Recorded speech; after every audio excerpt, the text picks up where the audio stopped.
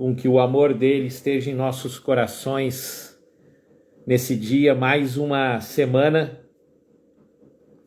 que a gente trabalha com essa ferramenta do Instagram, essa live, falando sobre Bíblia e depois de nós estruturarmos todo um sistema de pensamento para mostrar que a coisa mais importante, nós que temos Cristo no nosso coração, é entendermos que pela palavra que foi inspirada pelo Deus Todo-Poderoso, nós temos uma base, um alicerce para uma construção que vai nos permitir viver de uma forma muito especial, querido, esse tempo que se chama hoje. Se nós formos ler na Bíblia, formos ler a história, vamos dizer assim, do povo de Israel e dos povos que estavam em torno de Israel, nós vamos observar que Deus ele conduz todas as coisas por uma forma sistemática. Como assim, pastor? Há princípios que são colocados e quando esses princípios são colocados, eles começam a fundamentar algumas coisas que vão criar uma situação posterior. Então, quando a gente está falando aqui de começar a entender a Bíblia, é entender que esse manual, inspirado por Deus, é a forma, é o jeito que Deus tem para construir dentro de nós, seus templos, um momento em que ele pode vir e definitivamente morar dentro de nós. Morar dentro de nós e vivenciar aquilo que ele quer que vivenciamos. Pastor, ele não mora já dentro de nós? Sim, mediante a palavra de entrega a ele começa a habitar em nós. Mas a ação dele completa dentro do nosso ser, ela é necessária quando nós compreendemos o que ele tem para nós na palavra de Deus. E o que nós estamos falando essa semana? A gente falou semana passada, iniciou falando sobre oração na Bíblia. E hoje nós vamos continuar falando sobre isso. Vamos orar, vamos pedir para que o Senhor nos abençoe. Pai, que a tua graça esteja sobre nós, que tu ilumine a minha mente, porque essa palavra, esse tema, ele é tão grande, ele é tão abrangente, ele é tão cheio de coisas que a gente pode falar, que na última semana eu me perdi, Senhor, e não consegui expressar aquilo que eu tinha preparado. Então, nessa semana eu quero trazer essa questão que eu entendo que seja a forma de nós consolidarmos, de nós pavimentarmos, Senhor, um caminho para que a gente possa andar e ir à frente e o teu nome ser exaltado sobre as nossas vidas. Em nome de Jesus. Amém e amém. Queridos, primeira coisa que eu quero colocar para você. Por que a oração? Começando o princípio de o que é orar. Orar, querido, não é só eu interceder, pedir algo para mim. Ou melhor, vamos fazer uma conceituação diferente sobre oração agora. Como vocês sabem, nós temos como igreja trabalhado principalmente a palavra de Deus.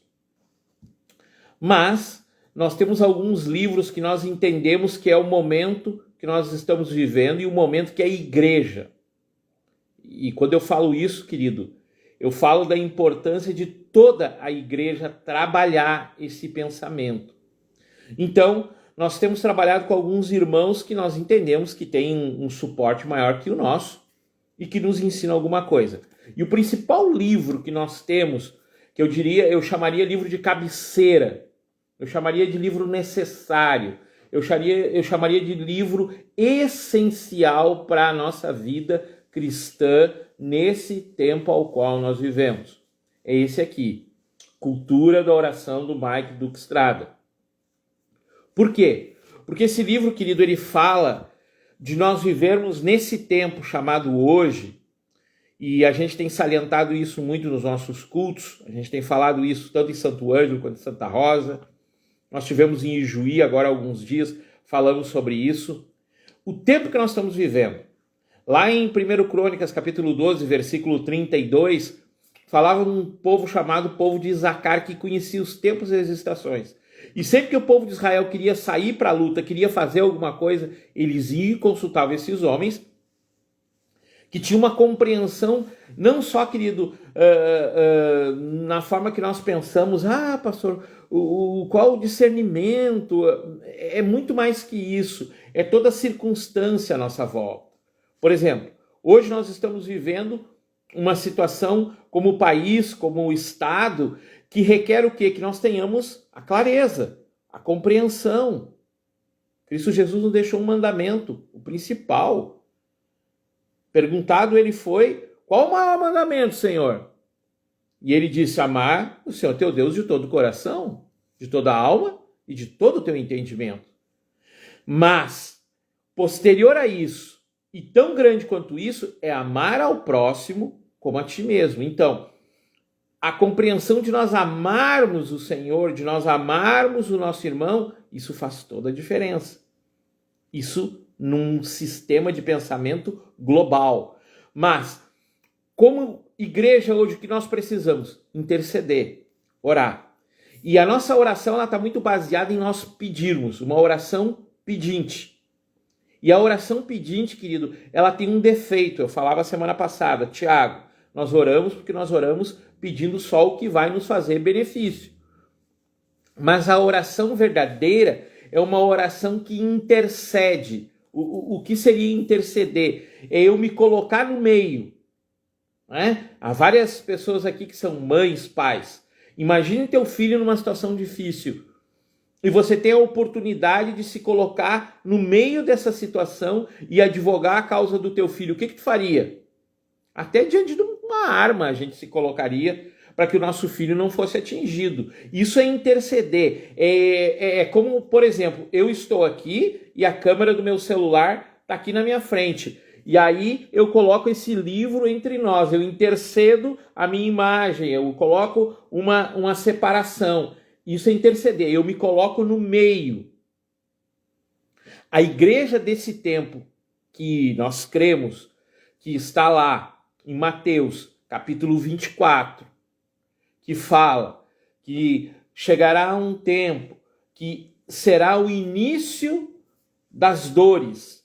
Eu creio que nós estamos começando esse princípio de dores. Desde o dia em que Jesus morre, é assunto aos céus, e diz que vai voltar, começa um período em que é a espera pelo retorno dele, a volta dele como Cristo glorificado, corpo ressuscitado, junto com a igreja, corpo glorificado, aqueles que morreram, corpo glorificado, para viver 1000 anos, restaurar a terra, para que Deus possa fazer dela a sua morada, como era o plano no jardim. Então, para isso acontecer, querido, nós temos que ter o quê? Esse livro, o título é tudo que nós precisamos. Cultura de oração. Forma sistemática de vida. Forma de nós vivermos um momento, um dia, 2 dias, uma vida inteira com esse pensamento. A oração é um ponto principal para o meu viver. E eu anotei aqui, antes do retorno de Cristo, a igreja precisa orar muito. Para quê? Para que a igreja ela entre em todo o pensamento de Deus. Oração, diálogo com Deus. Então, no momento em que eu dialogo, eu converso com uma pessoa, ela me devolve uma informação, eu lanço uma informação para ela, ela me devolve outra informação. Nós dois juntos com as informações que temos, tomamos uma atitude. Assim nós temos que pensar na oração da igreja.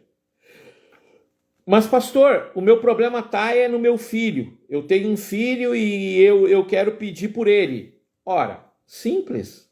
Você vivendo a vida plena em Deus, você vive a vida de oração. Você vai pedir para que Deus ele venha com o amor dele, a graça dele, o perdão dele, o mover dele sobre a vida do seu filho. E através disso, você sendo luz, você sendo sal da terra, você começa a entregar algo especial para o teu filho. E ele vai ver em você uma transformação tal que vai gerar no coração dele uma curiosidade. Essa curiosidade vai fazer com que ele queira entender isso.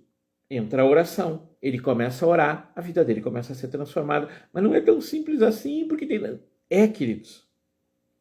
A dificuldade é que nós aprendemos oração como uma forma apenas de pedir. Nossa oração é só uma oração pedinte. E a nossa oração ela tem que se transformar de uma oração pedinte para uma oração intercessória. Uma oração intercessória ela vai me fazer, vai me transformar em uma pessoa diferente. Vamos ver aqui, né? Porque é muito eu tenho uma tendência a sair do assunto por causa de tudo que vem na mente, de tudo aquilo que a gente lê. Mas vamos ficar aqui nesse ponto aqui, ó, que a igreja dos últimos dias, ela precisa compreender que ela tem que estar em uma oração que é a oração segundo o coração de Deus. Isso é orar a palavra. Mas para a gente entender que a gente vai orar a palavra, a gente tem que pensar aqui, ó. Nesse livro Cultura de Oração do Mike Duke, ele fala no capítulo 1, modelo da casa de Deus, uma casa de oração. E eu anotei o seguinte, ó. Tudo será abalado. Ô, pastor, o que é isso? Vamos abrir lá em Hebreus, capítulo 12, versículo 26, texto da palavra de Deus. Levando em consideração que o livro de Hebreus, ele é o livro que o apóstolo Paulo compilou, escreveu, para que o povo judaico ele tivesse a compreensão do Messias sobre a vida deles. A entender que quando o Messias vem, a maioria dos judeus não aceitam Cristo Jesus como Senhor da vida deles. Mas uma parte do povo se torna judeu messiânica. O que significa isso? Entenderam que Cristo Jesus era o Messias e começam a viver essa compreensão. Na carta aos Hebreus, o apóstolo Paulo trabalha com o sentimento e a compreensão do judaísmo para uma transição para tudo aquilo que é messiânico. Diferente de alguns hoje, e aqui não é nenhuma crítica, cada um entende teologia, e há alguns irmãos que chegam a dizer que teologia deve ser escrita a lápis. A teologia deles diz que eles podem pegar os argumentos, as místicas e os elementos judeus e trazer para dentro do cristianismo. Ora, se eu for ler Hebreus, eu vou começar a pensar um pouquinho diferente, porque o apóstolo Paulo diz aqui que tudo aquilo que ficou para trás, era a sombra desse novo. Então, a oração que eu tenho hoje, ela é uma potência maior que a oração que alguém tinha naquele tempo, mesmo que estivesse vivendo na lei. Então, quando eu leio aqui capítulo 12, versículo... Deixa eu ver aqui a anotação. Hebreus 12, 26. Eu vou ler um texto que vai me chamar muita atenção, que diz assim, ó. Vamos ler a partir do versículo...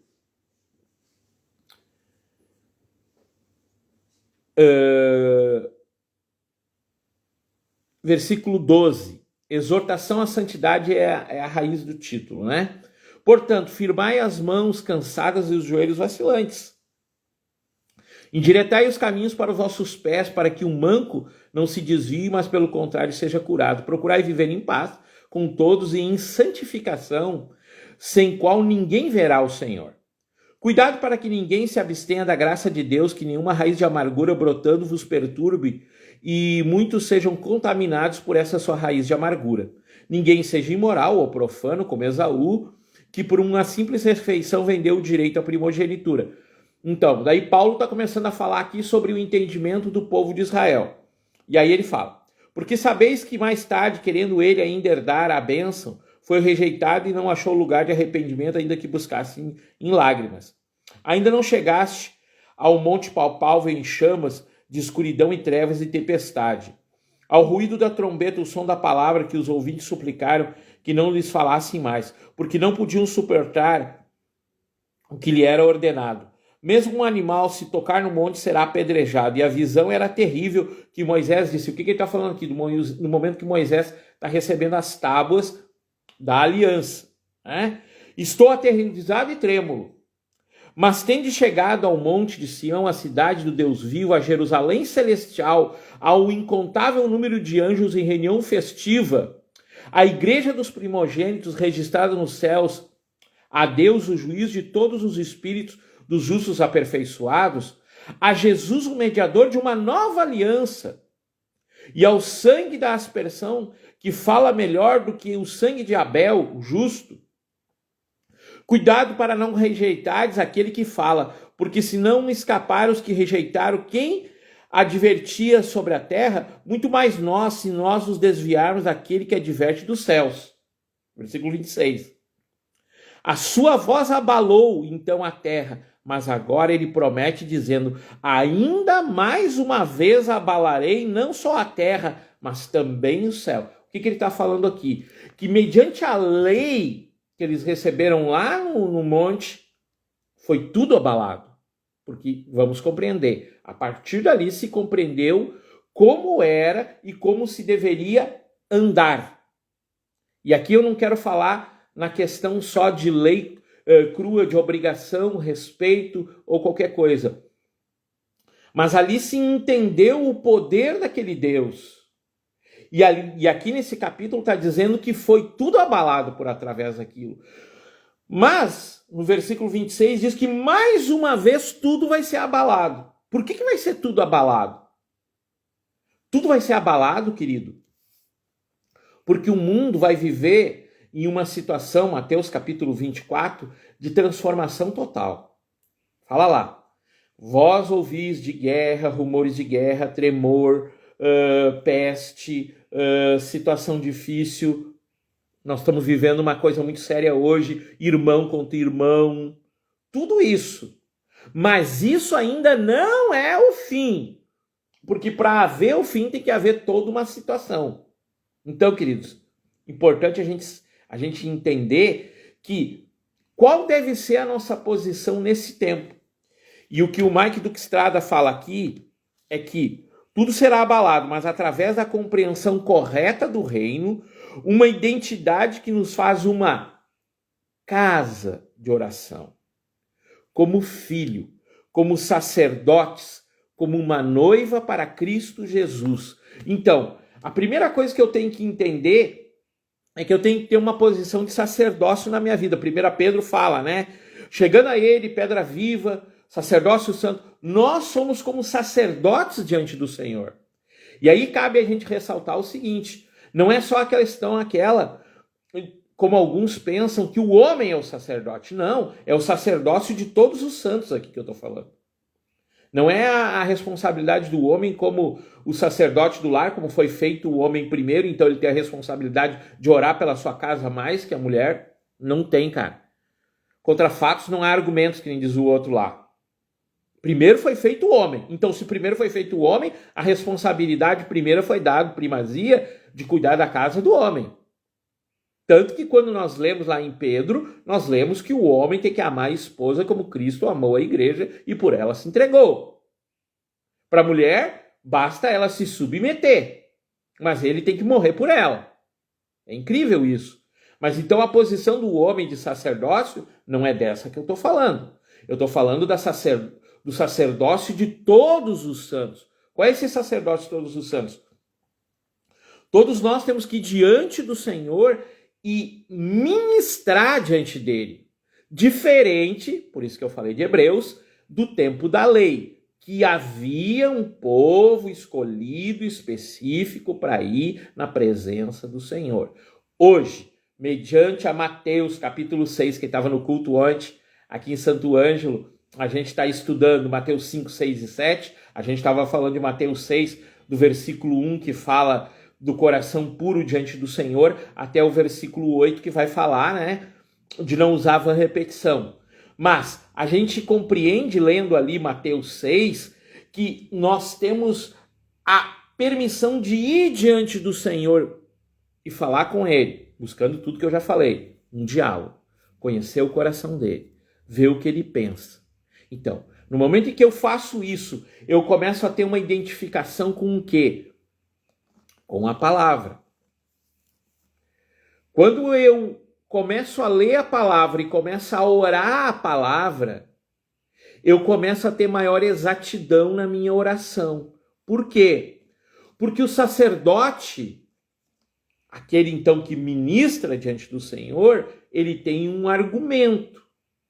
Não é o argumento da justiça própria dele. Cabe aqui eu ressaltar uma coisa, então. Nós somos frutos de uma igreja, de um ensino de igreja, que nos ensinou a oração repetida, orações, vamos dizer assim, piedosas, mas que nos deram um erro de como chegar diante de Deus. Quando eu chego diante de Deus usando Mateus capítulo 6, Pai nosso que estais no céu, santificado seja o teu nome, eu tenho a própria palavra de Deus. Mas, quando eu uso isso só como uma repetição, não sem compreender o coração de Deus, não me adianta de nada.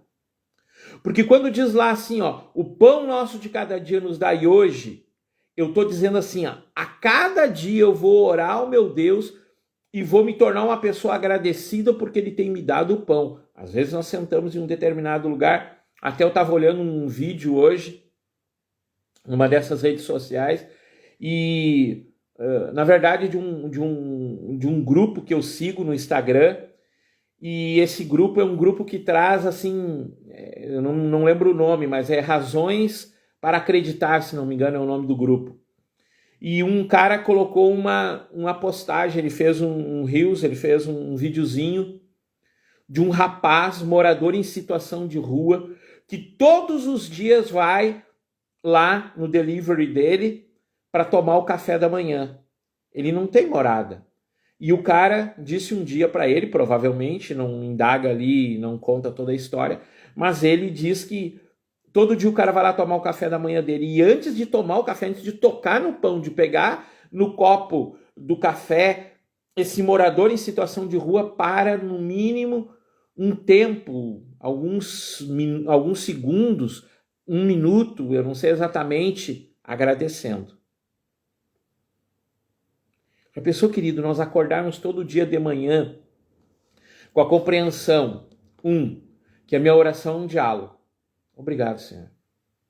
Filho, eu sei. Eu tô contigo. Eu tenho te suprido. Pois é, Pai. Eu quero sempre ser suprido por ti.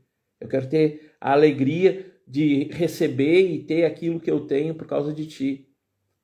Mas que a minha oração também, ela é como um sacerdote entregando dentro do seu ser divino. Pensando em tudo aquilo que está no coração de Deus, e o coração de Deus está atribulado, porque há fome. Obrigado, Senhor, porque eu tenho um pão. Mas, Senhor, me dá condições de eu repartir com outra pessoa esse pão. Você está entendendo, querido, que quando eu estou quando eu estou orando, e eu estou orando mediante o entendimento da palavra, a minha oração ela se torna mais robusta, mais verdadeira. Eu coloquei aqui, o primeiro ponto é que a nossa oração ela é um diálogo. Ela é como uma comunhão minha com o Deus Todo-Poderoso. Olha aqui, ó. Olha que interessante. Apocalipse, capítulo 8. É um dos maiores, é um dos argumentos mais usados nesse livro que eu estou falando para vocês. A maioria dos irmãos tem esse livro. Se alguém quiser, só fala comigo que a gente manda buscar mais uma leva desse livro aqui. A Cultura de Oração, do Mike Dukestrado. É o nosso livro de cabeceira. Então, Apocalipse capítulo 8, versículo 5 diz assim: Em seguida o anjo pegou o incensário, encheu com fogo do altar e lançou sobre a terra. Houve trovão, vozes e relâmpagos e terremoto. Então os 7 anjos que estavam com as 7 trombetas prepararam-se para tocar. E aí ele vai falar sobre a forma como tudo está acontecendo, mas é interessante ver que esses anjos que estão na presença do Senhor lá em Apocalipse, eles vão dizer que eles se reúnem diante de Deus e adoram o nome do Senhor, intercedem. E junto com isso, os anciãos, eles se prostram diante do Senhor. E junto com tudo isso, existem taças que são com as orações dos santos. Quem são esses santos? Nós que fomos santificados pela graça do Senhor na nossa vida. Então, quando eu compreendo que a minha oração ela é uma comunhão, quando eu compreendo que a minha oração é como eu sendo um sacerdote diante do Senhor, eu entendo que eu estou ligado ao tempo do fim, todas as coisas que antes de acontecer, antes de vivenciar o tempo de dificuldade que cada povo vive, eu estou junto com Deus para que Ele seja a forma de me mostrar como eu devo agradecer, mas também como eu devo clamar. Eu tenho falado muito sobre isso, que vive o pior momento da sua história, provavelmente, um dos piores momentos. E o que nós devemos orar? Senhor, cessa a guerra na Ucrânia. Fato. Devemos orar. Senhor, nós intercedemos. Mas o coração de Deus hoje, ele está em um ponto também. Senhor, fortalece os cristãos na Ucrânia para que eles não venham a esmorecer diante de tanta aflição. Senhor, mata a fome da África. De fato, algo muito que certo. Mas essas duas situações, a guerra na Ucrânia, fome na África, é uma questão de justiça para que cesse. E eu posso te deixar agora triste. Mas nesse mundo em qual vivemos, não haverá justiça plena.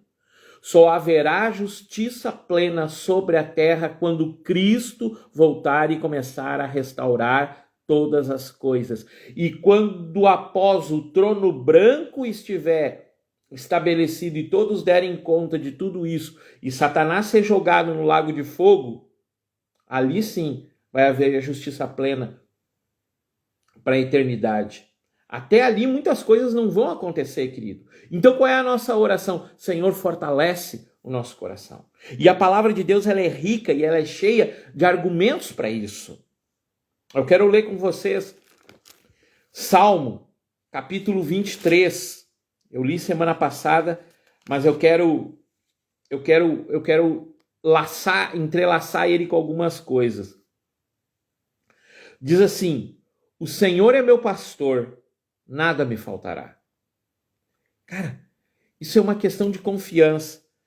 Dá uma puladinha para trás no Salmo número 20 e olha o que o autor falou no capítulo 20, versículo 7. Os que confiam em carros, porque são rápidos, outros confiam em cavalos, porque são fortes, mas nós invocaremos o nome do nosso Senhor Deus. Uns tropeçam e caem, mas nós nos erguemos e ficamos de pé. Mediante o quê? A confiança do Senhor, que é meu pastor, que nada me falta. Que oração tremenda a gente pode ter diante de um problema que nós temos no nosso emprego. Senhor, meu patrão está pegando no meu pé, está terrível, a coisa está difícil, mas eu confio no Deus do Salmo 23, que diz: o Senhor é meu pastor e nada me faltará. Porque a minha confiança não está na forma como eu vejo as coisas, em rapidez ou força, mas sim na beleza que existe no meu Deus. Cara, quando eu começo a argumentar com a Escritura ao meu lado, com a Escritura tomando posse do meu coração, a minha oração ela começa a se tornar mais eficaz. Por isso, queridos, a oração ela tem que ser baseada na Bíblia, naquilo que Deus quer. Outro livro que é nossa cabeceira é esse aqui, que a gente já fez um seminário sobre ele, E eu já falei para vocês, eu quero fazer uma sequência de vídeos falando sobre cada um dos capítulos desse livro. Sensacional. Cristo na escola da oração do André Murray. Eu falava semana passada, lá no capítulo 17, ele fala da forma como nós temos que ir diante do Senhor em humildade. Vamos achar aqui, ó.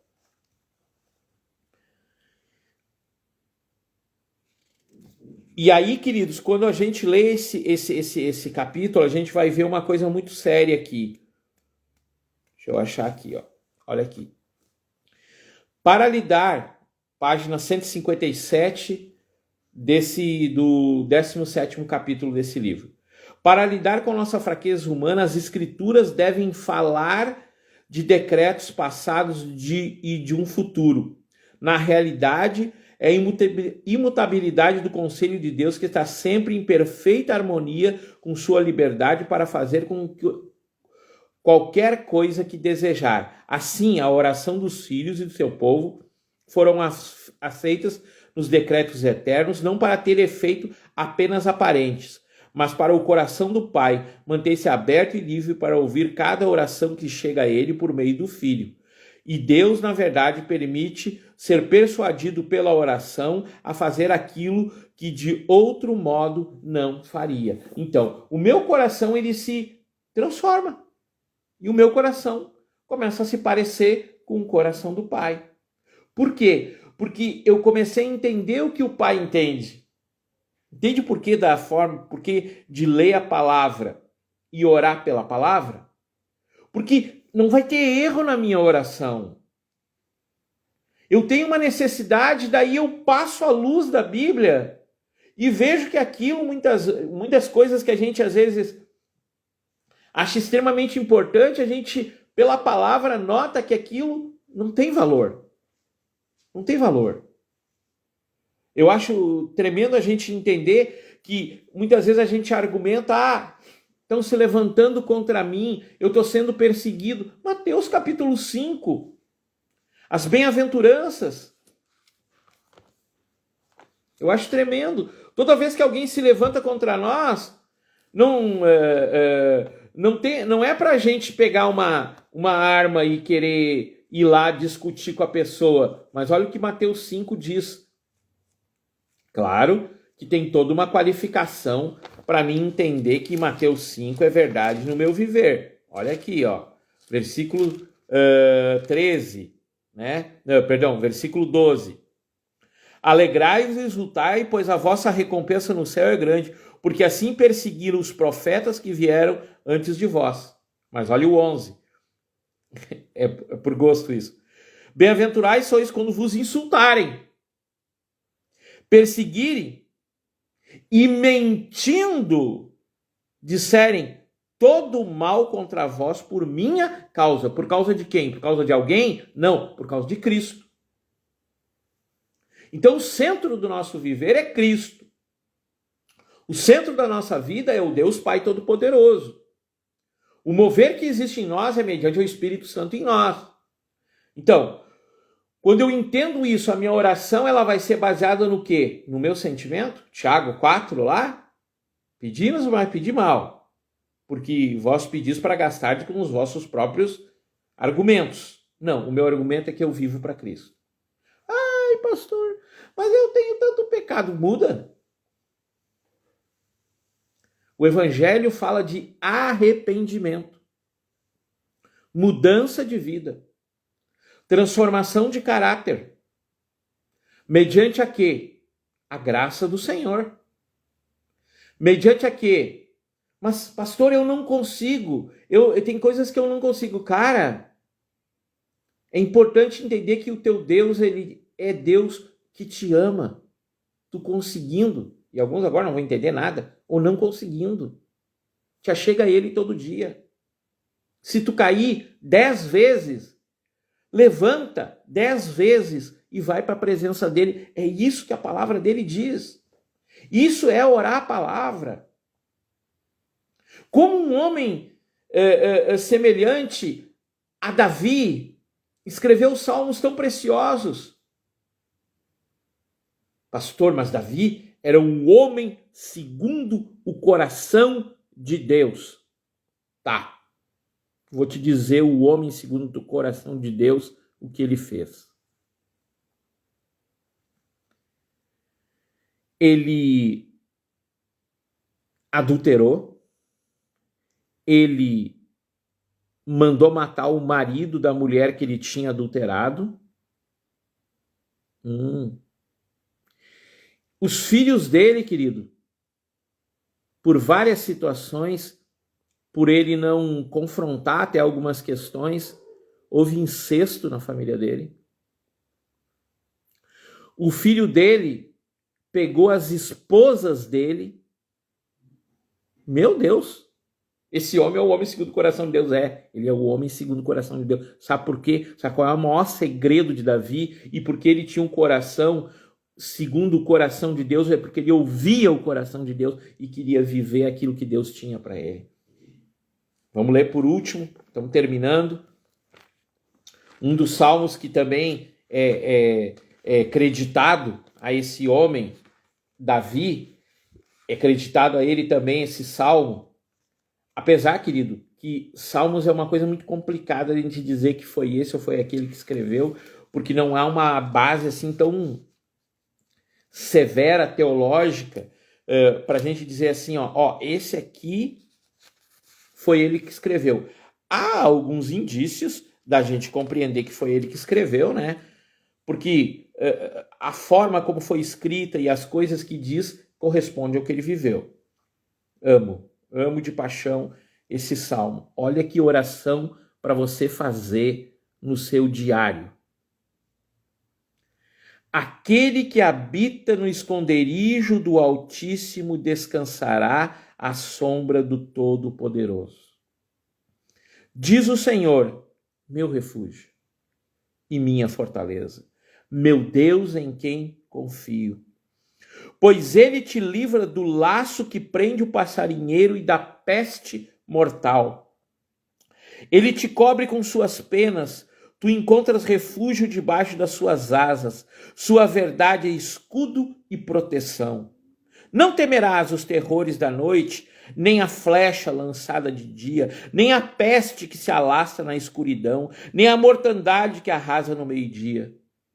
Poderão cair 1000 ao teu lado e 10.000 à tua direita, mas tu não serás atingido. Somente contemplarás com teus olhos e verás a recompensa dos ímpios, porque dizes do Senhor, o meu refúgio, do Altíssimo, a tua habitação.